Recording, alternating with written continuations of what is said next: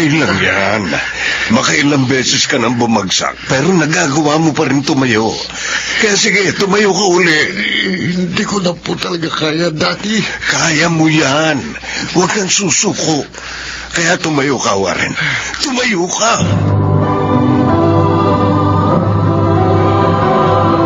Handog ng DZRH ang dula sa kanyang panahon. Wala raw imposible sa isang taong pursigido at determinado. Ngunit paano mo nga ba kukumbinsihin ang isang taong nawalan na ng pag-asa?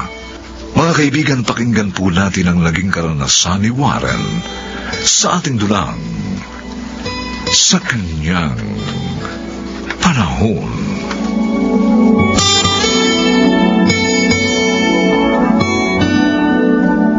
Ano, Warren? Mag-uumpisa na ba tayo ng session natin? Ha? Huwag na, Kuya Nathan. Makakauwi ka na. Naku, hindi po pwede. Magagalit sa akin ang dami Tama mo. na, ayoko na eh. Nag-aaksaya lang tayo ng oras at panahon.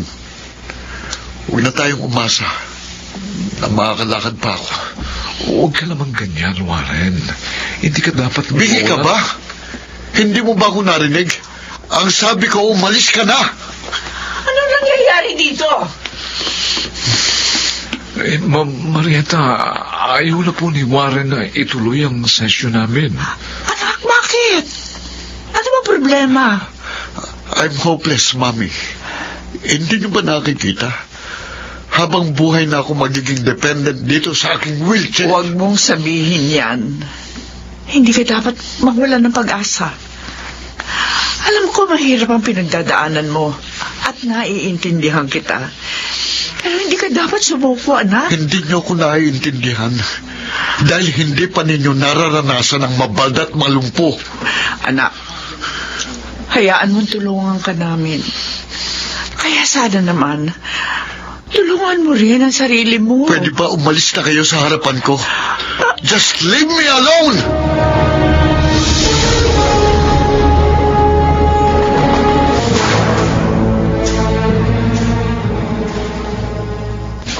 Pinagtimpla kita ng juice at naghanda rin ako ng sandwich, Warren. Pwede ba, Mildred? Umalis ka na. Huwag mo na akong pag-aksaya ng panahon. Nagiging pabigat na ako sa'yo. Mahal kita, Warren. Kaya masaya ako na paglilingkuran kita kahit sa ganitong paraan. Ikaw lang ang masaya. Ako naaaburido na.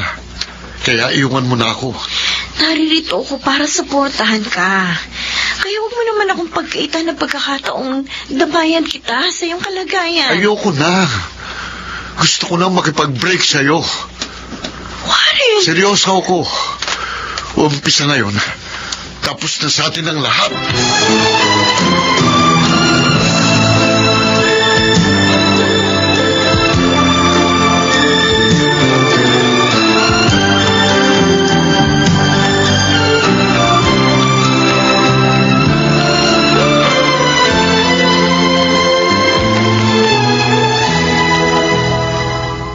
Mami, mukhang mahihirapan po talaga tayo kay Warren.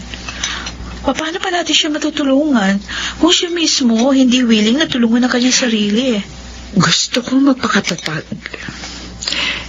Pero sa nakikita ko sa kapatid mo, parang pinanghihinaan ako ng loob. Hindi ko naman po siya masisisi. Pang-tatlo na si Nathan sa kanyang mga naging physical therapist. Pero walang pinagbago.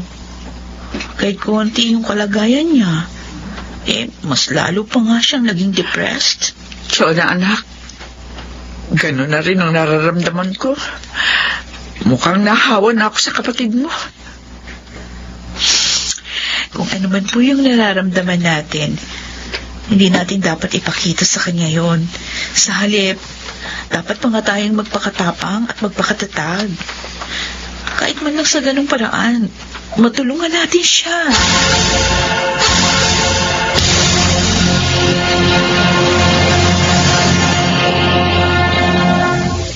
Nag-file ako ng indefinite leave of absence.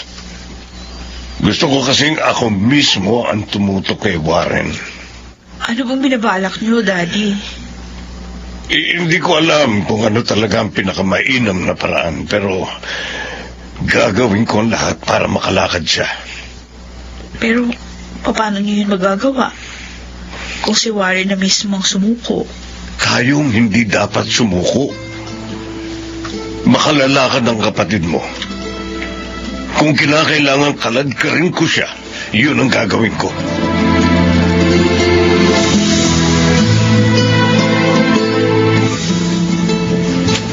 Daddy, bakit po ninyo ako dinala rito? Ano pong gagawin natin? Maganda kasi ang ambience dito at makapal ang Bermuda grass. Ito ang the best place para ikaw mag-practice. Ano pong practice ang gagawin ko? Ano pa? Ay di magpa-practice kang maglakad. Daddy, Hahawakan ko ang kamay mo. teka. Sige, tumayo ka. Daddy, hindi ko pa kaya. Kaya mo yan. Sige, tumayo ka. Ano ba? Huwag kang mag-alala dahil hahawakan kita na mahigpit. Pero, Daddy, Hindi mo ba ako narinig? Ang sabi ko, tumayo ka. Tumayo ka, Warren. Tumayo ka. Oh, ayan. Kaya mo naman palang tumayo. Upo na ako, Daddy. Ang sakit ng paa ko. Tumayo ka lang ng ganyan. Daddy. Tiisin mo ang sakit. Pero, Daddy, Basta makinig ka sa akin. please, maawa ka sa akin. Yun na nga Naaawa ako sa'yo. Kaya ako ito ginagawa. Sige. Tumayo ka lang ng ganyan, ha? Masasanay ka rin. Hindi ko na kaya. Babagsakan na. Babagsakan mo. Hindi ka babagsak dahil nakaalalay ako sa'yo. Tama na, Daddy. Huwag na natin pilitin ang isang bagay na imposible. Hindi. Daddy, Hindi ako susuko. Kaya sa ayaw at sa gusto mo, sisikapin mo makalakad. Daddy.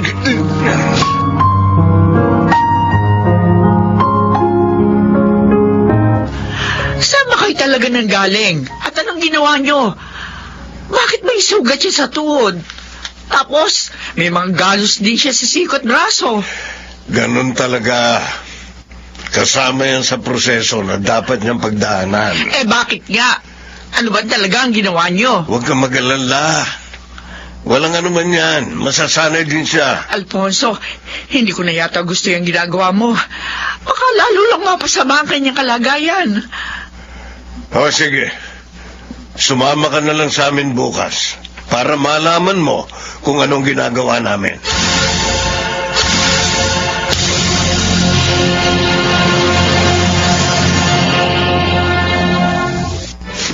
Oh, ayan. Ayan, makakapaglakad ka na. Sige, yumakap ka sa akin. Pilitin nating makarating doon sa may poste. Daddy, nahihirapan na po ako. Basta pilitin mo. Huwag kang susuko. Masakit na pong paa ko. Ganun talaga. Para namang hindi ka na nasanay.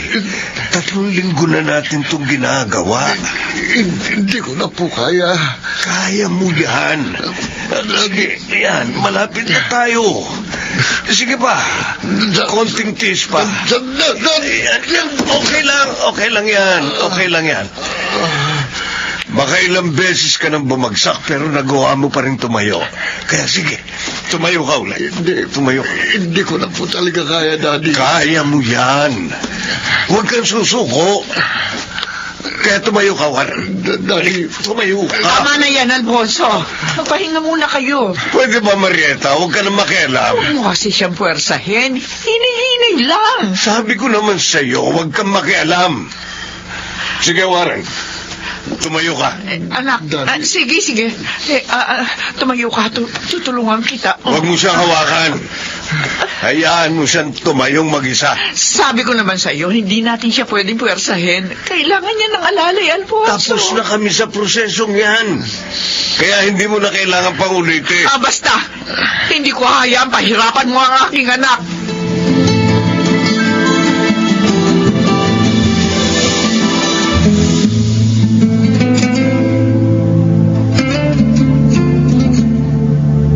Sa susunod, hindi ka nasasama.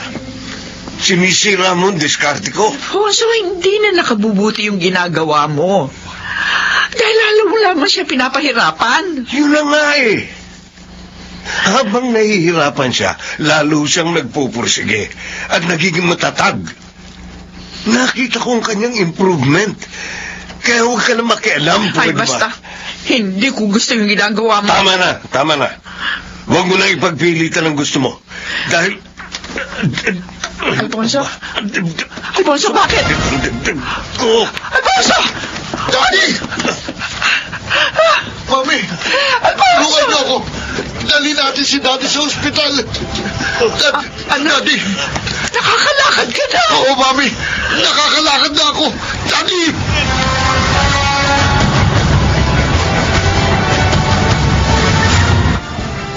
Salamat po, Daddy. Walang masamang nangyari sa inyo. Akala ko po talaga, inatake na kayo sa puso. Walang anuman nito, anak. Ang importante, nakalalakad ka na. Opo, nang makita ko kayong bumagsak, bigla ako napatayo at nakalakad. Nakalalakad ka na talaga, di ba? Bumabagsak ka lang, pero ngayon, unti-unti nang nagiging normal ang kalagayan mo. Opo, at marami po salamat sa tiyaga at sakripisyo ninyo.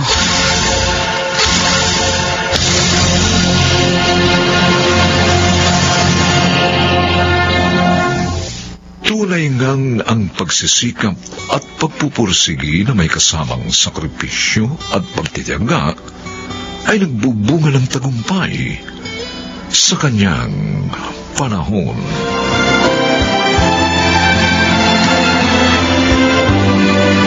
Mga nagsiganap: Phil Cruz, Lionel Benjamin, Susan Robles, Rosana Villegas, Chiquit del Carmen Amor at ang inyong lingkod. Special Sound Effects Jerry Mutia. Technical Supervision Eric Lucero at Bong Muyar. Musical Scoring Buboy Salonga. Ang kasaysayang ito'y mula sa panulat ni Toti Sandoval. At sa pinagsamang direksyon ng inyong lingkod, June Martin Legaspi at Bobby Cruz. Sa kanyang panahon.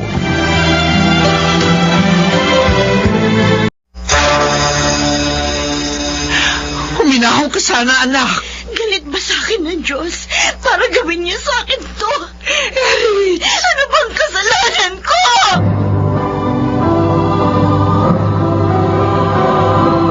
Handog ng DZRH ang tula sa kanyang panahon. Kung minsan ang pagmamadali ng tao ang nagiging dahilan ng kanyang kabiguan.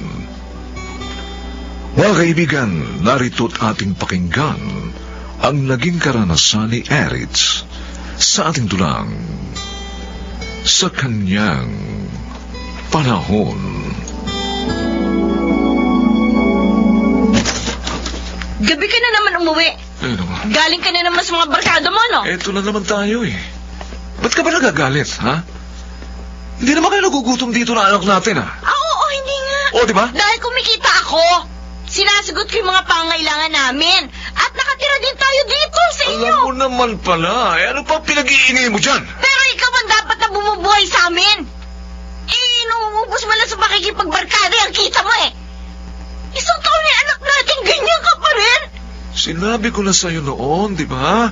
Gusto ko pang mag-enjoy sa pagiging single. Nagmadali ka, magsama tayo.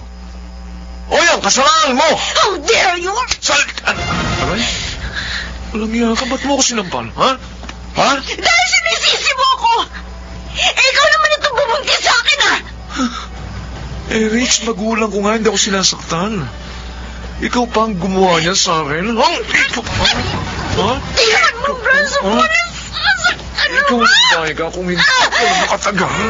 Lumayas ka rito, ha? Bumalik ka sa inyo!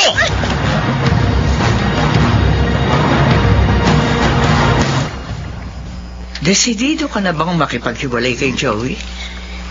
Opo, Ma. Walang iya siya. Walang iya siya. Irresponsable. Hindi na nga nagbibigay ng kita niya sa akin. Nakukuha pa ako saktan. Kasi nga pareho pa kayong bata na magsama. Nakagraduate lang kayo ng college, nagsama na agad kayo. Dahil nga buntis na ako, Kuya Ralph. Yun nga. Dapat iningatan mo ang sarili mo para hindi ka nasaktan ng ganyan. Wala na tayong magagawa. Nariyan na yan eh. Sikapin mo na lang na buhayin na maayos tong apo ko. Yun talagang gagawin ko, Ma. Ipapakita ko kay Joey na hindi namin siya kailangan ng aming anak. Rich? Po. Bakit ganito apo ko? Ang init. May lagnat siya. Hindi ko napansin, Ma eh. Pero iyak nga siya ng iyak kanina. Ngayon nga lang siya natigil eh. May rashes siya. Tingnan niyo. Aba, Oo nga, Ma. buti pa, dali na natin sa ospital ang pamangkin ko. Baka kung ano na yan.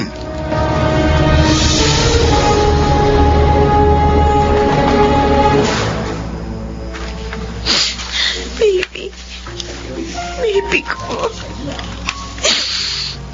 Sorry, anak. Hindi ko namalayan na may dengue ka na pala. Dahil sa problema ko sa daddy mo, napabayaan kita. Kasalanan ko. Kaya ka namatay ng maaga. Patawarin mo ko, anak ko. Rich? Michelle, wala nang inaanak mo. Iniwan niya na tayo na maaga. Nalaman ko nga kay Tita Sylvia ang nangyari. Kaya nga nagpunta agad ako rito eh. Nakikiramay ako. Sakit, Michelle. Ganito palang mamatayan ng anak. Pakiramdam ko ngayon. Kulang na ang buhay ko. Parang hindi ko alam ngayon kung paano ko itutuloy ang buhay. Lakasan mo loob mo. Nandiyan pa naman ang mama at kuya mo. Hindi ka nila pababayaan. Nabigo na nga ako kay Joey.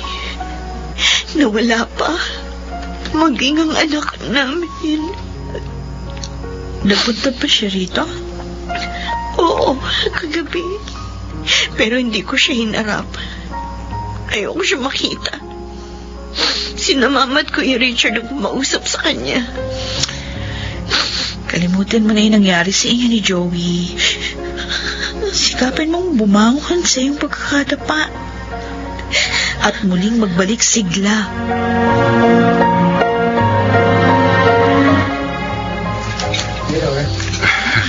Thanks, Rich. For what, Richard? Sa pagsama mo sa aking mag-lunch dito sa restaurant. Office mate kita. Maayos kang nag-imbita, kaya sumama ako sa iyo. Mabuti na lang pala. Dito ko nilipat ng main office sa inyo. Bakit?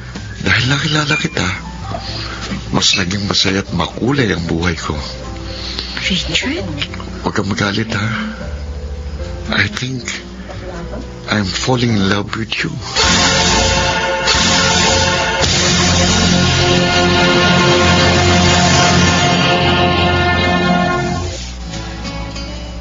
Ralph, thank you sa pagpapahiram ng laptop. Natapos ko rin yung proposal ko. Okay lang yun, Michelle. Best friend ka ng kapatid ko.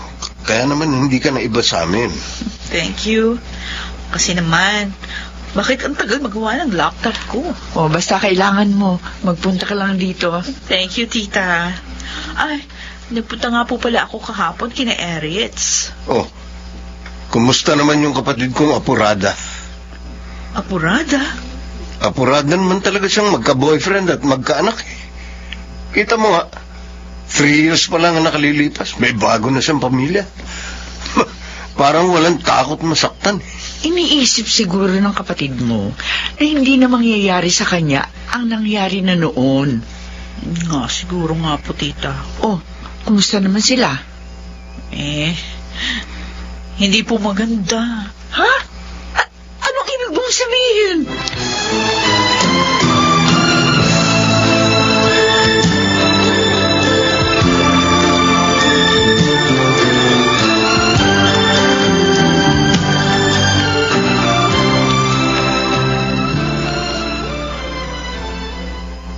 Bakit ngayon ka lang? 1 week ka nawala? Saan ka galing? Di ba sabi ko sa'yo, may seminar kami sa Cebu? 3 days lang ang sinabi mo. Pero 1 week kang hindi umuwi. Nag-relax muna ako. Nakakapagod din magtrabaho, Erich. Sinungaling ka. Ano ka ba? Bakit ka ba namamalo? Totoo naman ang sinabi ko eh. Nakausap ko yung kaibigan mo, si George. At nalaman ko na walang seminar sa Cebu. Ha? Ano ba pagkukulang ko, Richard? Para lukuhin mo ako. Inaasikaso ko naman kayo ng anak natin, ah. Kahit pa may trabaho ako. Pero bakit niloko mo pa rin ako? I'm sorry, Erich. Siguro nga, panahon na para malaman mo. Oo, meron na akong iba. Hindi. Richard. At siya nang mahal ko ngayon. Kaya sana, para hindi na tayo mahirapan pa, maghiwalay na tayo. Walang iyo ka. Ano ko? Okay lang. Kahit sampalin mo pa ako. Alam ko na masakit ang ginawa ko sa'yo. Mahal kita, Richard. Pero hindi na kita mahal ngayon. So, please, maghiwalay tayo ng maayos. Hindi naman tayo kasal. Huwag kang mag-alala, sustentuhan kong anak natin. May sakit ang anak natin, Richard. Kailangan ka namin.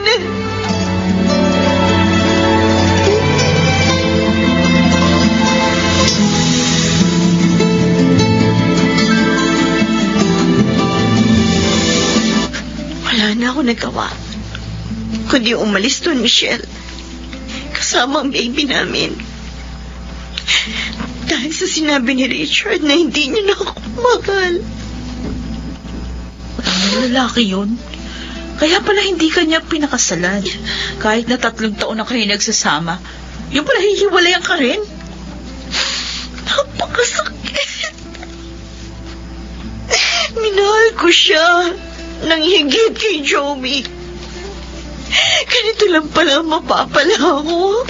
Erich! Erich! Si tita. Ma, bakit po? Si baby! Hindi makahinga! Ano po? Dali natin siya sa ospital ngayon din!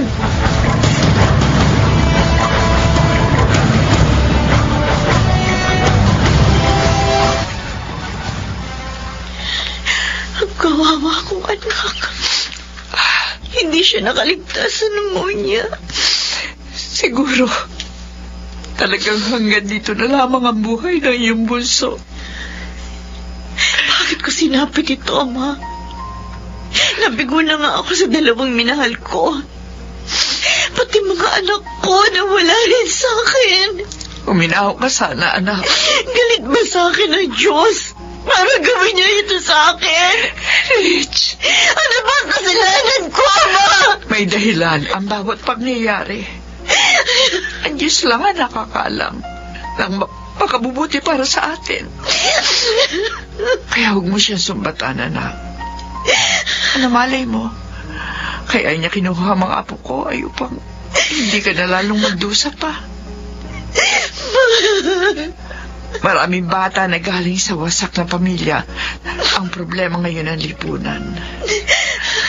Anak, baka kaya kinuha ng Diyos sa iyo ang mga apo ko ay upang hindi sila mapasama sa mga problema ng bansa. Sakit, Ma. Parang hindi ko na kaya. Makakaya mo yan, anak. Humawa ka lang ng mahigpit sa kanya.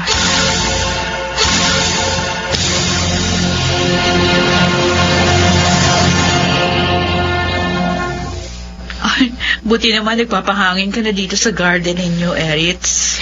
Alalang-alala na sa akin sina Mama at Kuya. Kaya naisip ko, piliting magpakatatag. Ayoko na bigyan pa sila ng dagdag na problema. Tama. Right move yan. Yung ginawa mo. Ngayon ko rin na-realize sa mga pagkakamali ko. Pagka-graduate ko pa lang, hindi ko pa nga napapasaya si Mama. Nagkaanak na ako. Nang magkahiwalay naman kami ni Joey at pumanaw ang anak namin, hindi pa nagtatagal nag-boyfriend na ako at muling nagkaanak. Masyado ako nagmadali, Michelle. Nadala ako ng kapusukan ko. Mabuti naman. Naiintindihan mo na ngayon ang lahat. Sana, kapag nakabangon ka na muli, huwag ka muna mag-apura. Patatagin mo muna ang iyong sarili.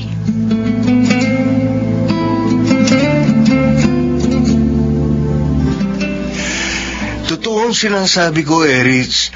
Kursunada ka ng office mate ko.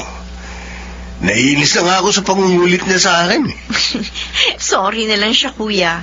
Focused ako ngayon sa career ko. Oh? Talaga, ha? Oh, yes naman. Candidate yata for promotion itong sister mo. Ay, naku, magandang balita yan, anak. Kaya nga po, nagsisikap ako talaga, ma. Ayoko munang isipin ang tungkol sa pag-ibig. Sariwa pa rin sa akin ang sugat ng puso ko. Ganyan nga, anak. Pagalingin mo muna ang iyong sugat. At hayaan mong ihayag sa iyo ng panahon ang kalooban ng Diyos.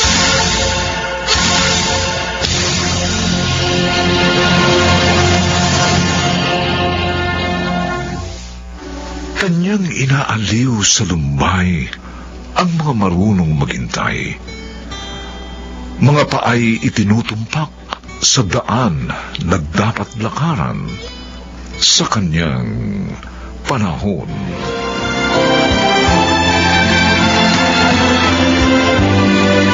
Mga nagsiganap, Chiquit del Carmen Amor, Susan Robles, Lionel Benjamin, Rosana Villegas, Phil Cruz, at ang inyong lingkod, Special Sound Effects Jerry Mutia, Technical Supervision Eric Lucero at Bong Muyar, Musical Scoring Buboy Salonga.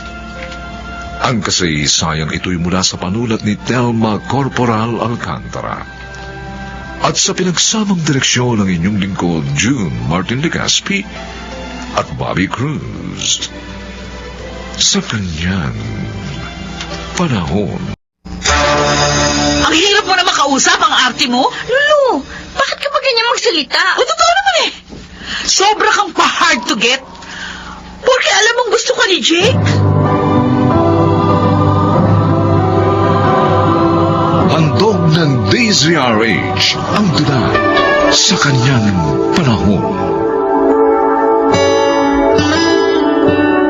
Mga kaibigan, ating pakinggan at alamin ang kakaibang naging karanasan ni Mimi sa ating dulang sa kanyang panahon.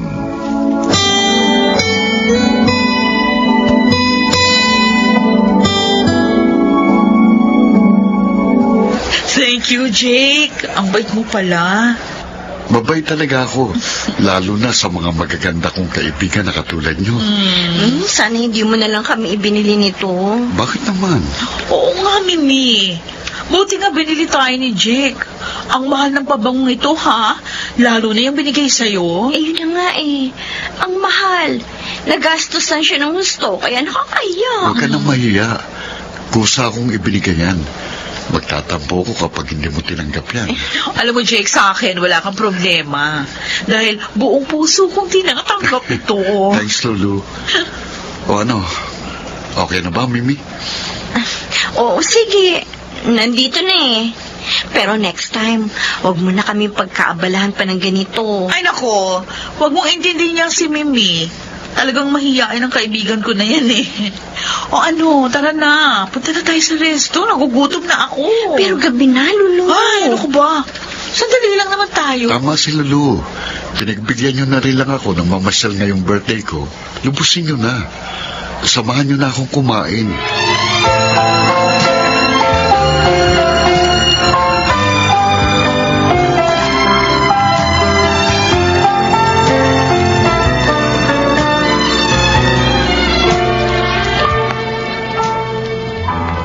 Kumain na ako, Pete.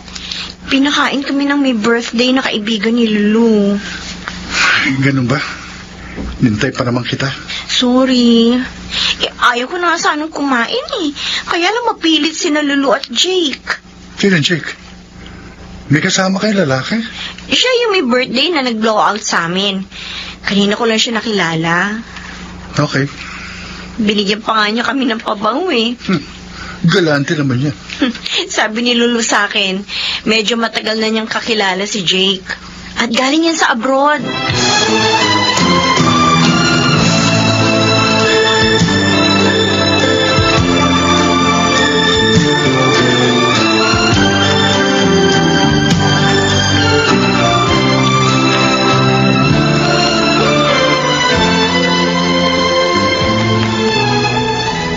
Nay!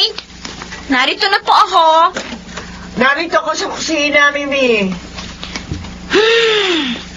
Napakainit sa labas. Oh, nabili mo ba lahat ng mga kailangan dito sa bahay? Opo, pati na yung vitamins nyo. Salamat, anak, ha? Oy, siya nga pala. Naiwan mo yung cellphone mo kanina sa may sopa. Nilagay ko na doon sa tukadur mo. Talagang hindi ko na po dinala yun. Sandali lang naman akong mag-grocery eh. Abala lang yung cellphone na yan. Kung may tumawag sa akin at text naman sa akin, pwede ko naman sagutin yan pagdating ko. Ay, nabanggit mo yung tawag. Tumawag yung kaibigan mo si Lulu. Pinapaalala lang niya, lakad daw niyo mamaya. Naku, babae yun talaga. Ang kulit. Sinabi ko na nga hindi ako pwede dahil marami akong ginagawa dito. Nangungulit pa rin. Di ba dalawa yung anak niya? Oo. Yung isa sa una niyang asawa, 12 years old. At yung bunso naman niya, 6. Anak niya po yung kay Conrad, yung partner niya ngayon. Hindi ba niya inaalagaan ang mga yun? Kaya lakad siya ng lakad? Eh sabi niya, may kasamang katulong naman daw yung mga anak niya. Alam mo, anak, naguguluhan ako sa buhay niya. At hindi ko rin gusto yung mga kilos at gawa niya. Mag-ingat ka sana sa kanya, ha?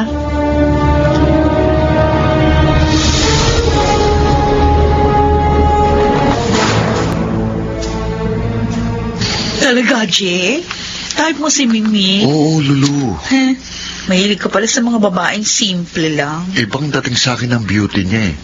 Kaya nga, nagpapatulong ako sa'yo na maging close sa kanya. Naku, baka mahirapan tayo. Ha? Sobrang loyal yun sa asawa. Homebody rin. Sige na naman. Hmm. Tulungan mo na ako sa kaibigan mo. Ako naman ang bahala sa'yo. Kasi madalas pag tinetext ko siya at niyayaya sa lakaran, ay naku, tumatanggi. Puntahan mo na lang. Ah? Sige na, please. Sige na nga. Ha? Naku, kung hindi ka lang gwapo at galante, hindi kita tutulungan.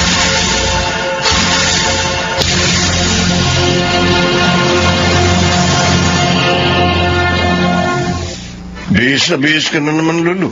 Ah? Alis ka na naman. Oo, pupunta ako kay Mimi. Yayain ko siyang mamasyal. Lagi ka na namamasyal. Ano ba? Papawala lang na inip yun. Hindi mo na inaasikaso mga anak mo. Marami kang dapat gawin dito. Nako, dalawa ang katulong natin, ha? Kaya may gagawa ng lahat ng trabaho dito. Kahit na may tungkulin ka pa rin sa iyong mga anak bilang kanilang ina. Hey, tama na nga yan. Nagsiselos ka lang kaya ka ganyan eh. Alam mo, Conrad, wala akong ginagawang masama. Talaga, diyan ka na nga. Sana nga wala kang ginagawang masama. Dahil hindi ako tulad nung una mong asawa. Hindi ko hahayaang gawin mo sa akin ang ginawa mo sa kanya.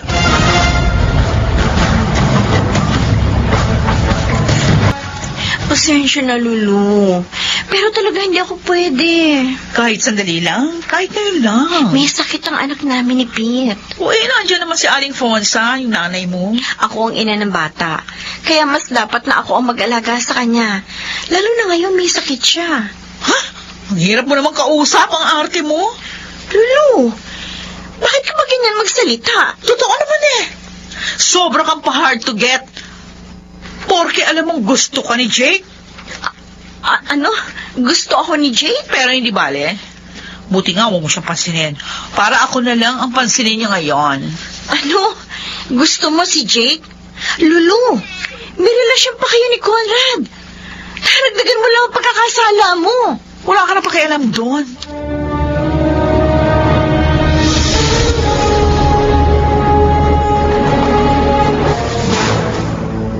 Maaga ka ngayon, Pita. Hindi ako nag-overtime. Dahil nga may sakit si JR. Gusto ko, dalawa tayo mag-alaga sa kanya. Salamat naman. Mas gusto ko nga kasama kita eh. Lalo na sa ganitong pagkakataon. Pero narinig ko ang pag-uusap niyo ni Lulu. Ha? Narinig mo? Pati na sinabi niyang gusto ka ng Jake. Alam mo, nainis ako sa kanya eh. Gusto ko nga kayong lapitan para harapin siya. Pero nagpigil lang ako dahil babae siya. Salamat at nagawa mo. Hayaan mo na yun. Mula naman ngayon, lalo ko na siyang iiwasan. Ayoko sa kaibigan na wawasak ng aking tahanan.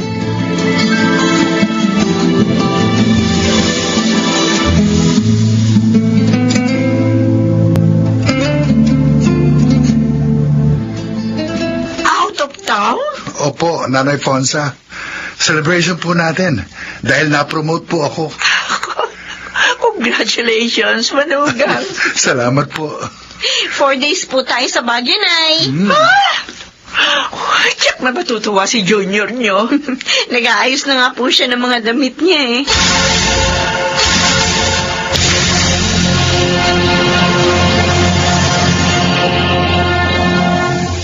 Malandi ka. Bakit bigla ka na ng mahal, Conrad? Dahil bistado ko ng pagtataksil mo. Kayo ni Jake. Lugyan ka. Ay, Conrad, tama na. Alam mo na pala, o di magkanya-kanya na lang tayo ng buhay. Hindi sinasaktan mo pa ako ng ganito. Hayop ka. Niloko mo rin ako. Tulad ng ginawa mo doon sa una mong asawa. Pagbabayaran mo to, Lulu. Hindi ako papayag na hindi makaganti. Oh, Conrad, Marian, ha? Wag, tawa ka sa akin. Huwag mo akong patayin. Wag. Bakit hindi kita magawang patayin? Bakit sa kabila ng ginawa mo? Mahal pa rin kita. Ano bang klaseng puso ito? Conrad. Pero hindi ko kayang tiisin. Ang sakit ng iyong panloloko. Hindi ko kaya. Conrad!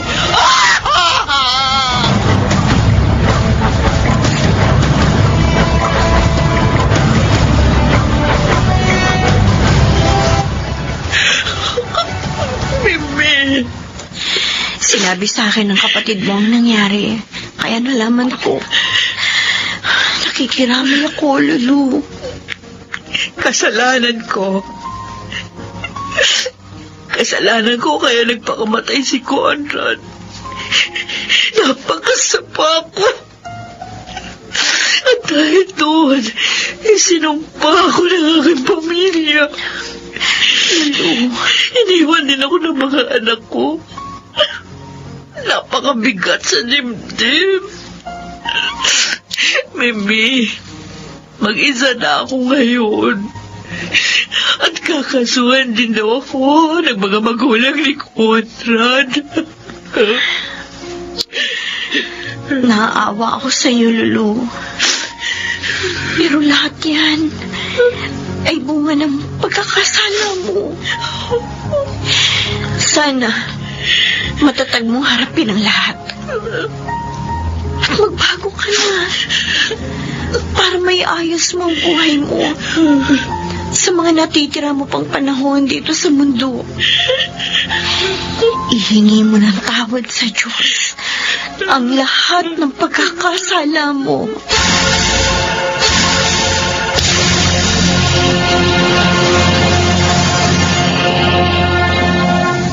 Ang matalinong babae ay nagtatatag ng matibay na tahanan. Hindi pumapayag na ito'y wasakin ng mangmang sa kanyang panahon.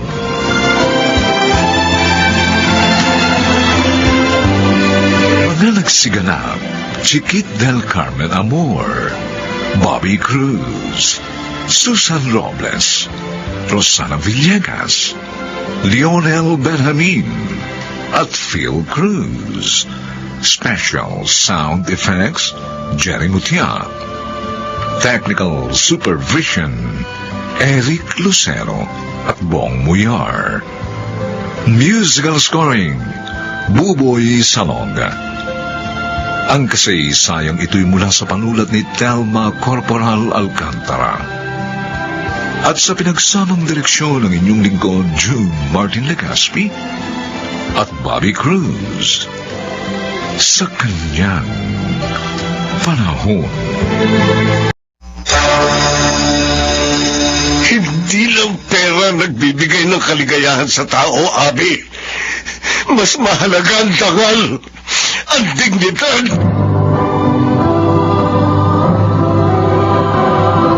Handog ng DZRH ang tula sa kanyang panahon. Gaano nga ba kalayo ang agwat ng pangarap at realidad? At ang masakit na katotohanan minsan ay hindi nagtatagpo ang mga ito. Mga kaibigan, pakinggan natin ang naging karanasan ni Robert sa ating dulang sa kanyang panahon.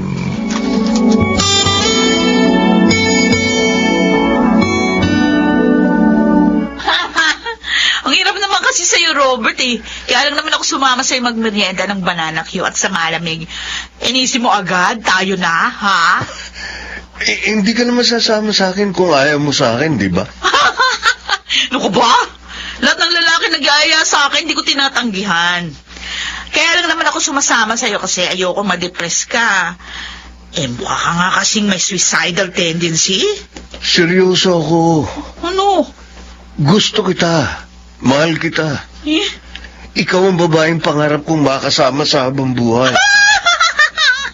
Ay, Robert, pwede ba? Huwag mong seryosohin ang buhay. Walang permanente sa mundo.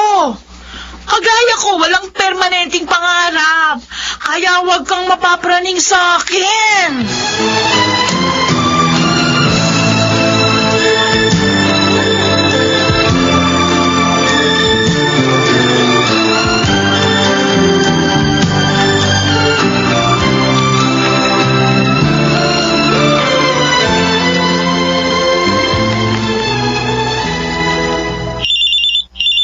Sarap ng pagkain. Aba, tumatawag pa. Hello, sino to? Raul! Ano nga ba? Si Emma to! Emma? Ang dami ko ng text at miss call sa'yo. Buti naman sinagot mo na yung tawag ko ngayon. Pasensya na. May problema yata itong cellphone ko eh. Madalas, hindi na nakaka-receive ng mga text at tawag. Isa pa yung problema sa signal. Mahina itong sumagap ng signal eh. Kailan pa talaga tayo magkikita?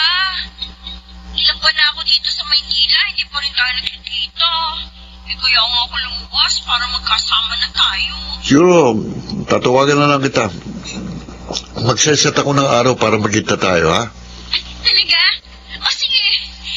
Alam mo lang, miss na kita, Raul. Sige, hintayin mo lang ang tawag ko, okay? Sige na, kumakain ako eh. Kailangan kong bumalik agad sa trabaho. Basta tatawagan kita, pangako yan.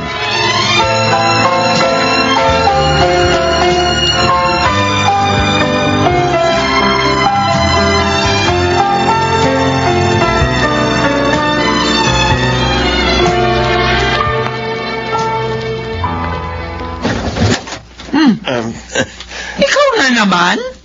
Si Abi po. Dinalan ko po siya ng isang order ng pansit gisado para sa merienda.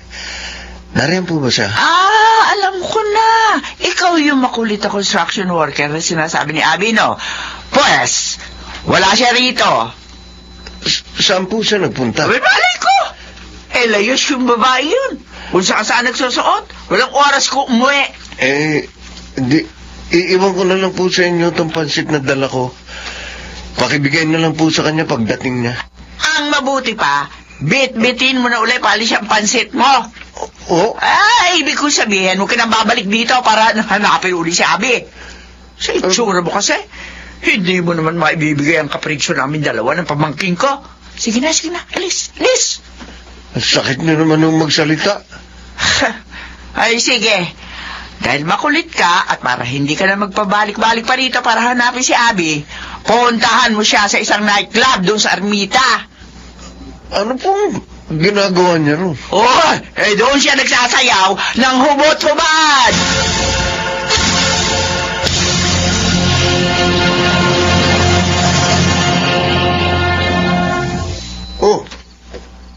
Sarado na ang pansiteria.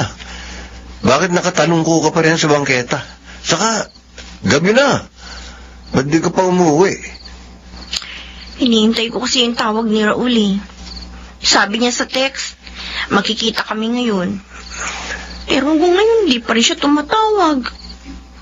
Ikaw, saan ka naman galing? Para kang binagsakan ng mundo sa itsura mong yan. Hinahanap ko si Abi. Ginalugad ko lahat ng nightclub sa Ermita, pero di ko siya nakakita. Para tayong mga tanga, no? Ako naghihintay sa malabong pangako ng isang lalaking hindi ko alam kung saang lupalop ng Maynila naroroon. At ikaw naman, nagpapakaloko sa isang babaeng lulubog lilitaw kung saan-saan. Buti ba, umuwi na tayo. Tara, atid na kita sa tinutuluyan mo. Ano kaya sa palagay mo?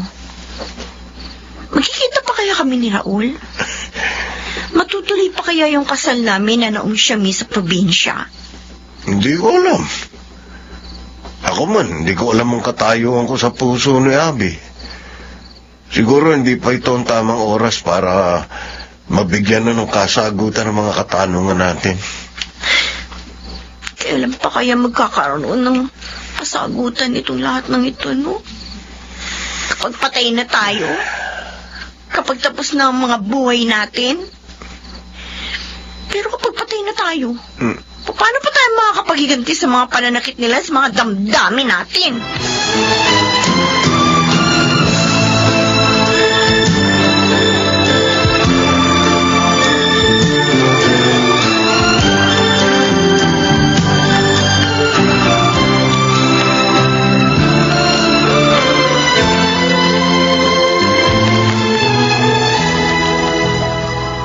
Uy! Aldo ngayon ang pamangkin ko. Daming pera. Kasi nga, makwarta yung negrong naglabas sa akin. Parte nyo, Chang. Marami rin yung pansugal. Thank you. Aba, kung palagi tayo ganito. Saya-saya. Meron pa ako isang target, Chang. Medyo binubola-bola ko muna. Matandang inchik yun. Na maraming kondominium. Oo. Pag nagkataon, hindi sa kondo na tayo titira. Talaga? Oo. Ay, gusto ko yung pamangkin. Ma-imagine, hindi na tayo amoy estero. Amoy kondo na tayo.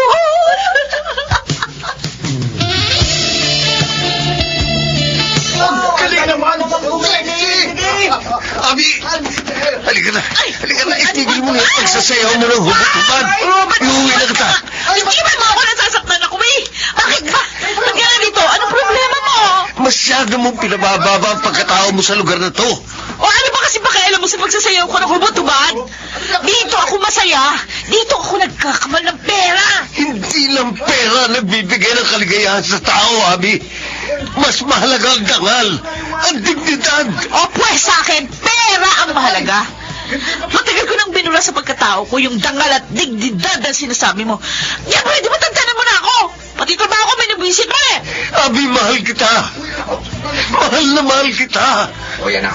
Bakit hindi mo maunawaan yun? Sige, palisin mo yung lalaki. Ito bang gagawin to? Bigla na lang pumasok dito sa loob ng gulo. Pero, Sorry! Oo! Bahala ka na dyan! Bigyan mo ng leksyon! Kung gusto mo, iligpit ko na para hindi ka na niya magulo rito sa nightclub. Abi, Wag! Masasabit ako! Mabusargahin mo lang yung mukha! Ha? Narinig mo yun, ha? sandali. Pasabugin ko na lang daw ang mukha mo. Kaya pamamagain ko talaga ng magang-magay ang mukha mo! Pero alam mo, gusto na kitang utasin, ha? Nagtitrigger yung killer instinct ko sa sobrang gigil ko sa'yo. Isang kalabit ko lang sa baril na ito. Nakita mo, ha? Tutas ka!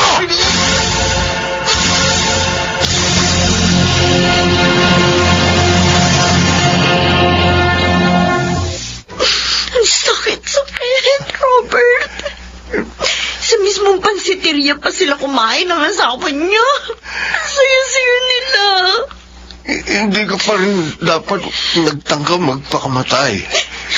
Hindi ka dapat naglaslas. Paano kung wala nakakita sa iyo sa loob ng banyo ng pansiteria? Bakit ikaw? Hindi ba pagpapakamatay rin yung pagsugod mo doon sa nightclub? Pareho lang naman tayo nagpapakataka sa pag-ibig, hindi ba? May option naman tayo kung tutusin. Pwede natin silang kalimutan. Hindi ganun kadali yung sinasabi mo. Iniisip ko pa lang, nararamdaman ko na yung sakit. Nagmahal kasi tayo sa mga maling tao. Kaya tayo nasaktan. May mga babala na, pero naging bingit bulag pa rin tayo. Pero naisip mo bang hindi naman dapat dun matapos ang mga buhay natin? Lalo na tapat naman ang mga puso natin.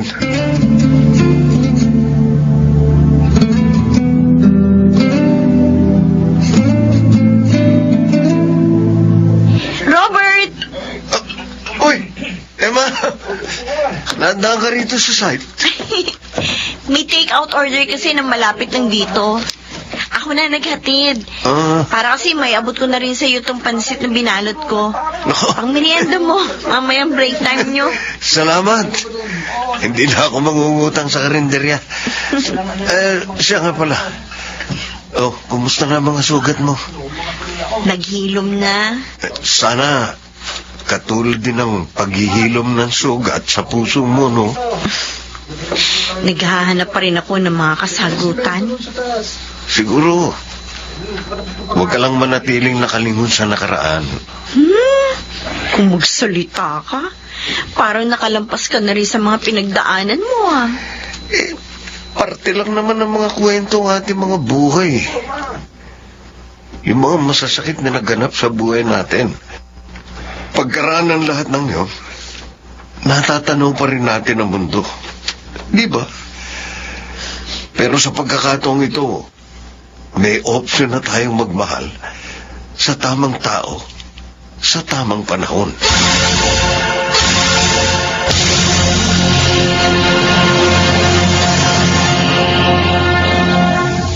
Pinalalakas ng katapatan at integridad ang ating mga pagkatao upang sa bandang huli, makamit natin ang kapayapaan ng ating mga isipan, higit lalo ang sinasabi ng ating mga puso sa kanyang panahon.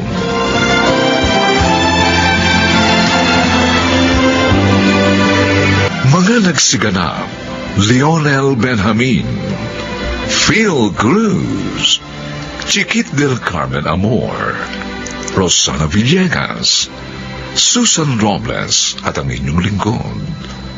Special Sound Effects, Jerry Mutia. Technical Supervision, Eric Lucero at Bong Muyar. Musical Scoring, Buboy Salong. Ang kasaysayang ito'y mula sa panulat ni Sel Barlam. At sa pinagsamang direksyon ng inyong lingkod, June Martin de Caspi at Bobby Cruz. Sa kanyang panahon.